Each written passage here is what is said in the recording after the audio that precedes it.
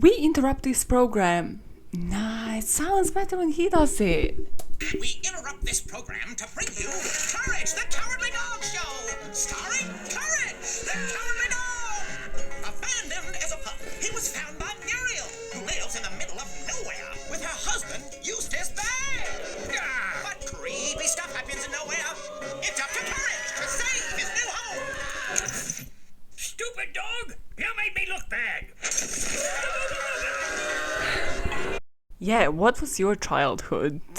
Welcome, this is a Minisode. It's bite size, it's so mini. We are flipping it and reversing it this week because I'm bringing you something so sweet and special on a special day this week as well. It's not gonna be on Friday. We are flipping and reversing it and doing a little bit of gym jamming. The special episode is gonna come on Thursday this week because it might be a special day, it's not like it's a big deal. It's not like I was born on that day or anything of that sort. It's not like I'm super psyched about Halloween and might get dressed as a certain character. It's gonna be great. Tune in Thursday 1 a.m. Be there. You see me, I see you. Cool, moving on. I would advise for this one that you join the visuals. You click the link below and watch it on YouTube because this is a weird one. Also, I'm in no way, shape or form encouraging this, but if you're already a person that might like drinking / smoking some, this is a perfect one to get just blasted. Just get blasted, everybody. I am not promoting that, in any way, shape or form, but, if you're already that kind of person, do it. Today we're talking about one of the first inspirations for true crime, one of the first interests. And I vividly remember it was me and my brother, we were on a Cartoon Network binge. It's like, of course, appropriately so. So, it was just like the regular setup of Ed, Edd and Eddy, Johnny Bravo, Dexter's Laboratory. And then suddenly, my brother went to somewhere and, the Cartoon Network was still playing. And the regular programming was interrupted by Courage, the Cowardly Dog. And I was like, this is so weird. Why does it end this way? Why is this cartoon the weirdest thing I have seen in the longest time? And then I fell for it. And ever since then, this podcast had roots from Courage. But today, we are going to talk a bit about Courage, not going to lie. But then we're going to go into the wildest sets of conspiracy theories of, was Courage based on the real story? What is this cartoon about in the first place for you to even understand anything? I'm gonna put some clips in, but it is pretty much what was said in that intro. So every single episode, Courage has these human-like features as well. So he lives with this elderly couple, Muriel and Eustace, and they are in this house in the middle of nowhere, but somehow new figures, new scary people pop up every single episode, and it's up to Courage to just face them. And usually Muriel and Eustace don't care or aren't aware or just think it's a nice innocent guess. And they have sets of the creepiest characters. Partially what makes the show creepy is just how morbid these characters are. One of the most memorable one for the fans will be this one where it just seems like a mask, but the person never takes the mask off. Or this creepy character that just came across the house and then he's shaven Courage completely and he's shaven his head, try to flush him down the toilet. It is bizarre sets of circumstances, and it always kind of ends with hey, maybe Courage survives. It's kind of ends on that dissatisfying note. It's whoa, outro music. And you're but are they ever gonna pop back? You're kind of left on the unnerving note. Everything about this cartoon is unnerving, and that is exactly why we love it. So every single episode, Courage would encounter monsters, aliens, demons, mad scientists, zombies, vampires, everything from paranormal, supernatural. There's this one where people were yeah, this kind of seems like some skinwalker episode, which will become relevant later. However, how does it end? Because it didn't have that many episodes. I think it was 52 in the end. So this last episode kind of Courage makes peace with himself, because obviously Eustace kind of belittles him every single episode, as you could hear from that intro. Muriel is like this nice Scottish lady. However, obviously, he is kind of being bullied throughout all of these episodes. And in the last one, kind of see him having this meal with Muriel and Eustace. And the whole episode is about of him dealing with being imperfect. And everybody's like, no, you're perfect, Courage.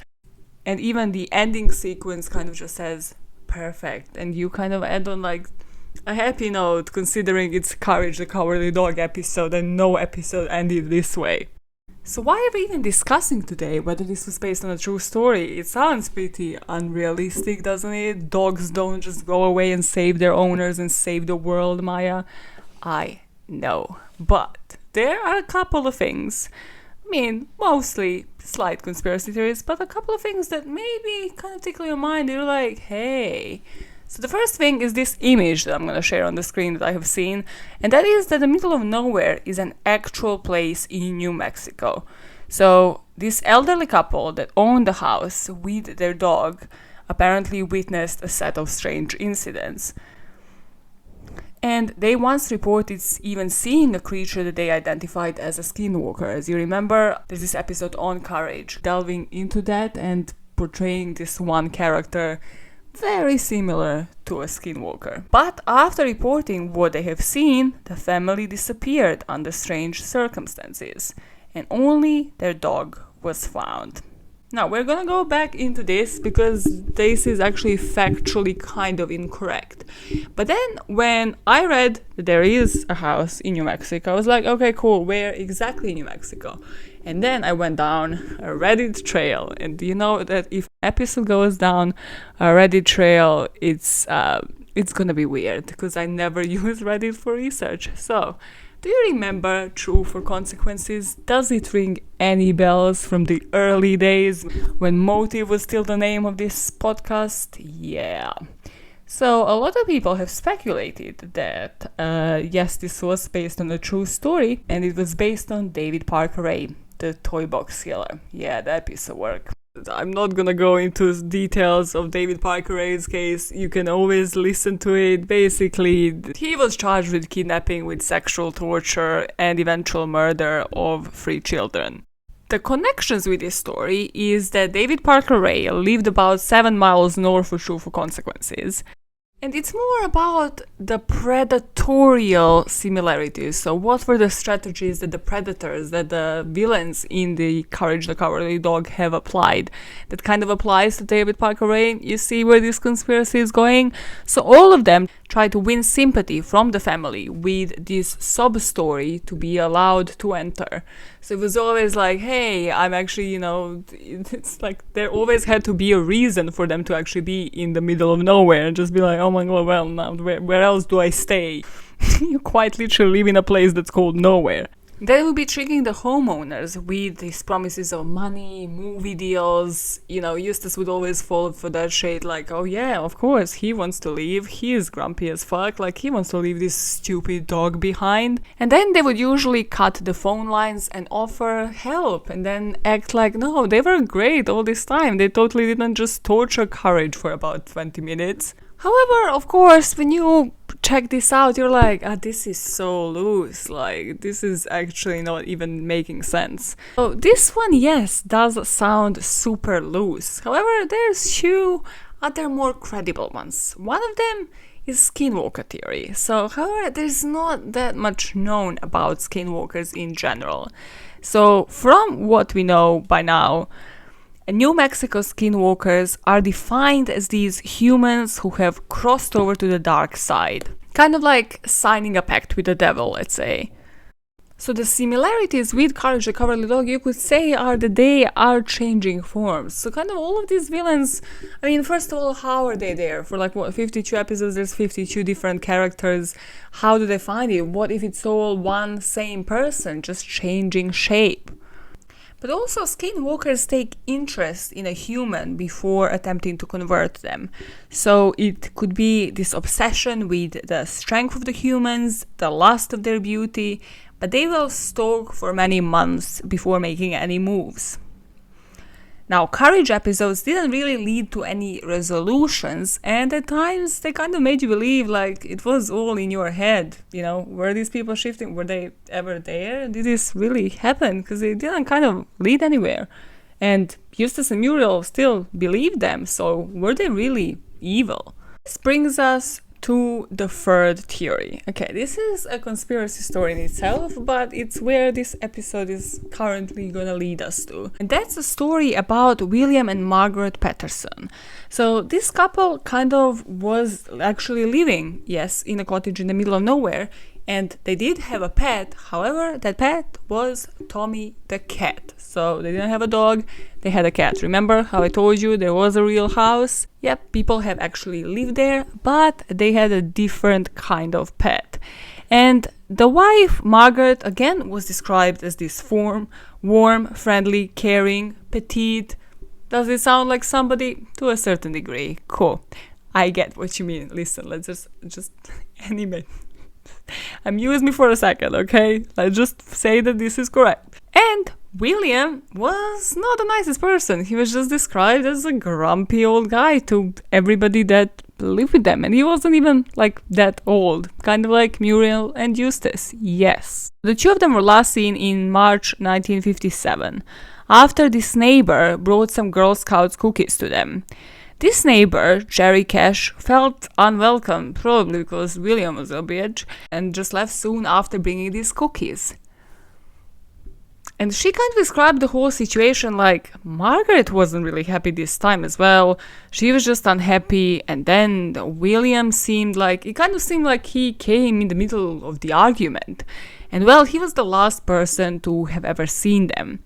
The two of them actually owned the business, Paterson Photo Supply, and were known in the community that apparently had a house in the middle of nowhere. And to this day, their disappearance is still the open case in El Paso Police Department. Of course, their friends immediately got on to what has actually happened to them. First of all, they left their cat behind. So it was actually cat that kind of alerted people that the owners never actually got back, because the friends were at first thinking, hey, maybe they went on to this vacation to Florida, they just left their assets behind. But that was weird because William owned a boat, a Cadillac, and property in Mexico, and he also had some stock. This was suspicious to their friends because they had dinner with some of them just a couple of days before the disappearance, and they didn't mention any plans, anything that they're going somewhere, going on vacation even. Not just that, but there was no sign of them that they're gonna even disappear. They actually made plans with these friends for later that week. They were only alarmed once they realized that Paterson's competitor, this guy called Doyle Kirkland, actually was in a possession of Paterson's vehicle. So he just had a Cadillac or one of the cars that William had, and was just, kind of hey, displaying it in his yard. And they were sorry, I think that's not your car. He was no, it's fine. They left it in my possession when they went on holiday. And they were okay, let's go and check up on the house. And sure, the friends go to the house and they call the cops because they find, obviously, the house in complete chaos. You just look in a complete disarray, piles of dishes in the sink, something again you probably wouldn't do, just going on holiday. And it was just described as devoid of life. And then they see this cat coming out, and the cat is properly disheveled, malnourished. It just hasn't been fed, which again, as a pet owner, you wouldn't just leave your pet behind. So besides not taking the Tommy the cat, other evidence kind of was the proof that they didn't just plan to leave the town. So all of their expensive clothes, because yes, they were rich, Margaret's fur coat, were just left with the cleaners. So they were just left for dry cleaning without any instructions store them and I'll pick it up in X amount of time. Then all the utilities, stuff that you might disconnect if you plan to go for a long time, weren't disconnected. So any electricity, water, any bills. No change of address, so the mail was still, during all of this time, coming to the exact same place in the middle of nowhere. There were dishes in the sink. And also, the Patersons had been planning to attend the National Photographers Association convention in DC, but they didn't show up, and they booked up the hotel. You know how before they would like book up freaking hotels months in advance, or they didn't attend the conference. I don't know, that reminded me when I went to the spa. I was the 13-year-old person going with my great grandma to spa, and I was loving it. I loved life. But yeah, you had to like book it months in advance, or this spa would get booked, and I would quite literally be the only child there. I was making the most out of it. Also coming to breakfast super early to eat like that extra sweet bread. Yeah, literally be the only child. The average age was like 70. I would be like 13-year-old me like, hey, guess who ain't having no boyfriends? Guess who ain't dating anybody? Guess who is here with her best friend, great grandma? Love and respect for grandma. Cool, moving on. When the police now took this case and they actually started digging, they realized that this couple wasn't really all out there in the open, right? Everything is so superficial with freaking rich people. This is why the goal is never to be rich. Then you don't have to hide dirty secrets. So William had a mistress down in Mexico. Her name was Estefania. Now, why is this funny to me? It's just okay. I watched Solo Cuidado con el Ángel, best telenovela, when I was like 13.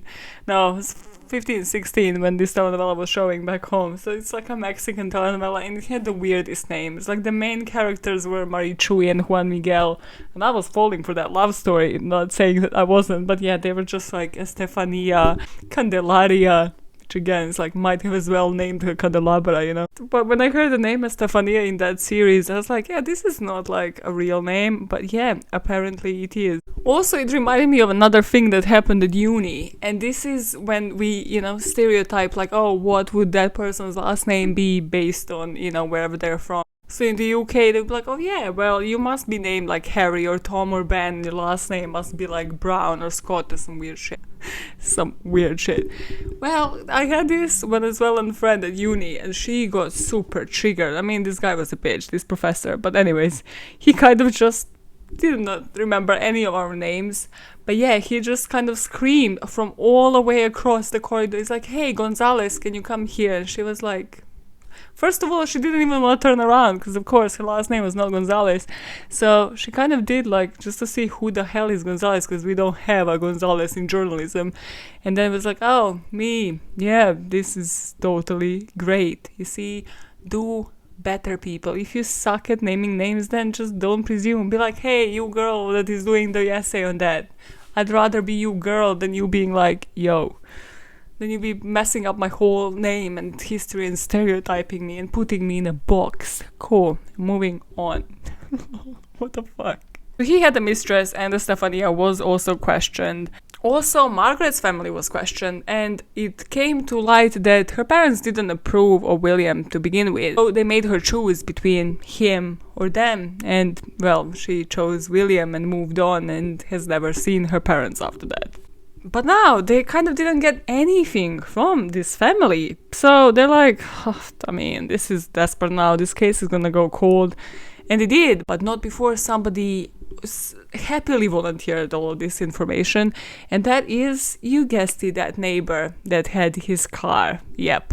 So Ward cooperated with the police. He was like, yeah, sure, whatever you want to know. This is the dirty secret. This is the garbage, or like everything that's completely irrelevant. I just want to be present in the investigation. Completely not like 100 red flags.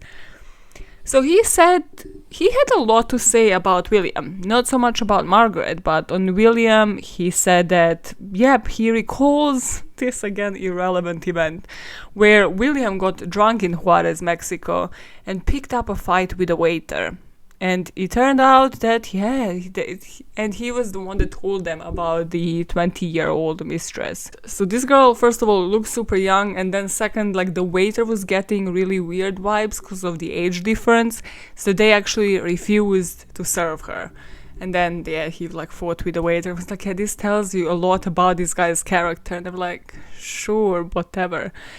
However, this case obviously didn't lead anywhere, like it's still unsolved, so we're only left with theories. The sheriff, the El Paso sheriff, actually said himself, his name is Leo Samaniego. So he actually says he thought they were spies just because of how they disappeared, how professionally in a way, and that they didn't leave any trace. It just looks like they kind of picked up and left.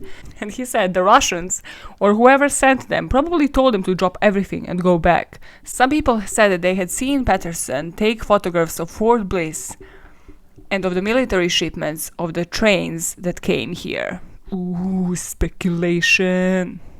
However, then the FBI agent said that there's just no evidence that they were ever even suspected of espionage, that they were ever spies. Espionage. What was that accent? I suddenly sounded French. Espionage.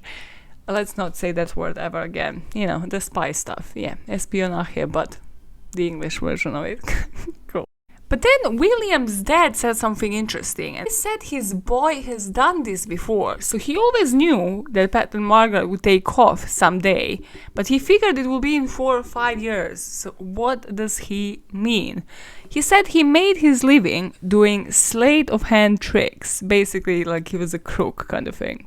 But then even his dad gave up on it after a couple of years of not hearing from his son, and he said like he believes they were dead just because they didn't make any contact with him. Obviously, other theories are that they just went into some financial trouble, fled the country, or somebody, took them out. And yes, then in that case, they would have just probably kidnapped them. If you remember, they kind of seemed like they were having an argument on the very last that they were seen. So maybe it was, financial troubles. Maybe they knew what is gonna come for them. And then that thing just ended up coming for them, ended up happening.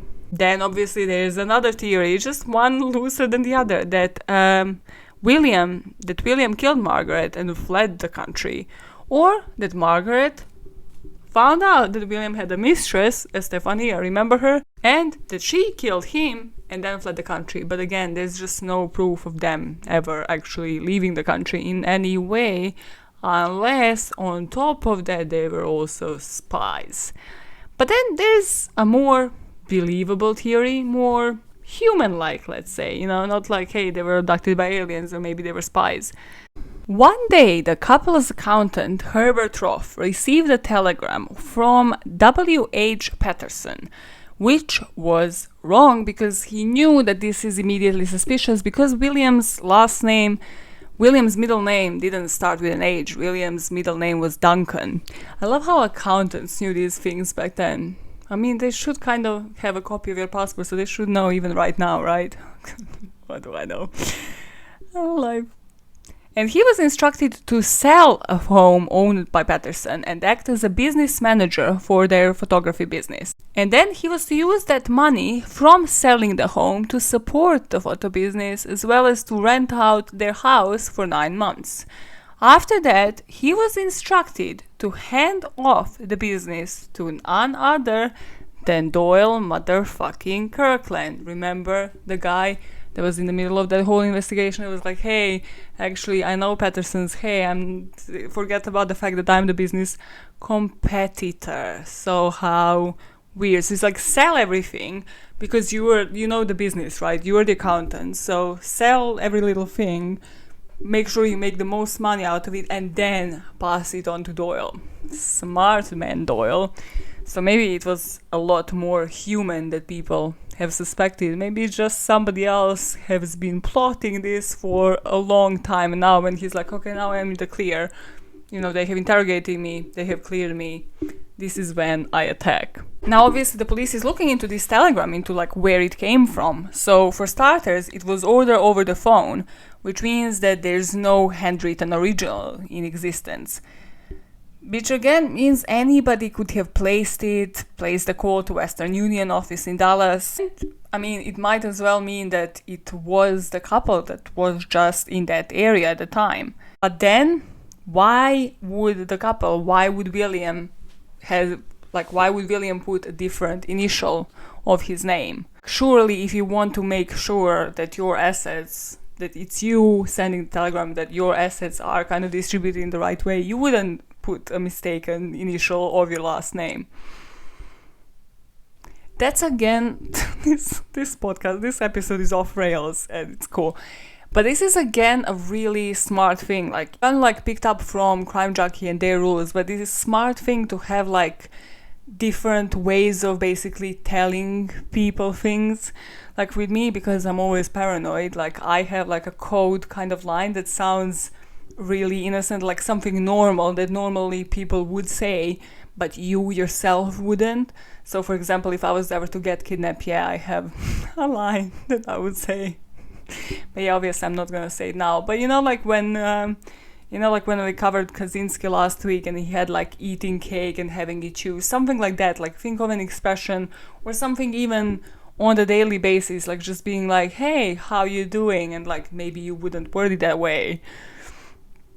Or just being like, hey, I'll be back home in like 5 minutes or like certain time, and then you don't actually say the time. Like certain things like that you would actually say when on the phone to somebody. So if you ever twist it, they know it's a red flag and you're in danger. So here, clearly he must have given somebody the wrong middle name of his. See, William, my man, cheater, but still.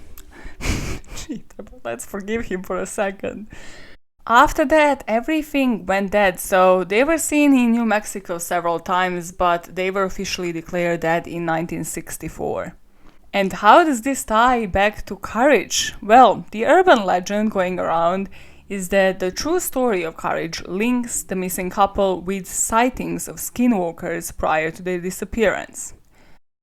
So after everything was dead, after all of these clues, in 1984, so how many years after, the caretaker, so the former caretaker of Patersons, Reynaldo Nangare, actually came forward and said that he has cleaned up blood from the garage. And he actually cleaned up part of the scalp of the Patersons' boat. And he claimed he has seen the associates of the Patersons putting a bloody sheet in the trunk of their car.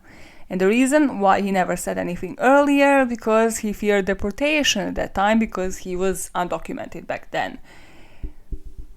And weirdly enough, this didn't go anywhere. But it didn't go anywhere because Ronaldo died 2 years later after saying that to the police. Everything is sketchy about this story. I don't like it. This is why conspiracy theories exist in the first place. And now before we tie this back to how does it actually relate to courage, how does any of this even relate to the story or like how everything was portrayed? Well, I kind of just wanna stop at the whys again, and this time on the why do we need to believe that certain stories are based on true events. Personally, I need this, but again, you might not, and drop me a comments if you're not this type of person. Personally, I look for true crime as opposed to fake crime, as opposed to like horror stories and all of that nonsense, because I kind of need to understand that this is the amount of evil a person can produce. This can actually happen. Otherwise, I'm not buying this. This is unrealistic for me. So I think that's why even with courage, you're like, no, but these monsters can actually be real. Like they can actually exist, because who the hell in the right mind then would pop up all of these characters if they're not based on somebody? So what happened to Tommy the cat, and how does it all link back to courage? To wrap it all up, let's go back to Tommy showing up undernourished and just wandering the streets, sort of like alerting the neighborhood that something was very wrong. Once he reappeared, they took him to this Cody Animal Hospital where, they kind of just fed him, kept him there for a few days, and we don't actually know again what happened with this cat. So let's just say we're seeing the similarities, right? It's a disappeared couple. They have similarities with Muriel and Eustace. They have had a pet. They lived in the middle of nowhere. They have all of these shady characters in their life who might be turning up not to be who they are. And then suddenly everything just goes up in the air. Everybody just disappears. It is kind of less far-fetched than the David Parker Ray theory, maybe. So entertain me for a second. Let's say we are buying into these similarities. Let's say the dog was the key all along. Patersons wouldn't have left Tommy behind, just as Muriel wouldn't have left Courage behind. Courage came to the realization of who he was and accepted himself at the end of the show. What if Tommy did too? And he left with his owners from the middle of nowhere. And the cat found the scene was not Tommy after all. I'm gonna leave you ponder on that until Thursday, and then I will not resolve anything. But think about that. Yeah, think about that. As a pet owner, would you ever leave your pet behind? What if this was somebody else's cat? They were undernourished, they probably look differently.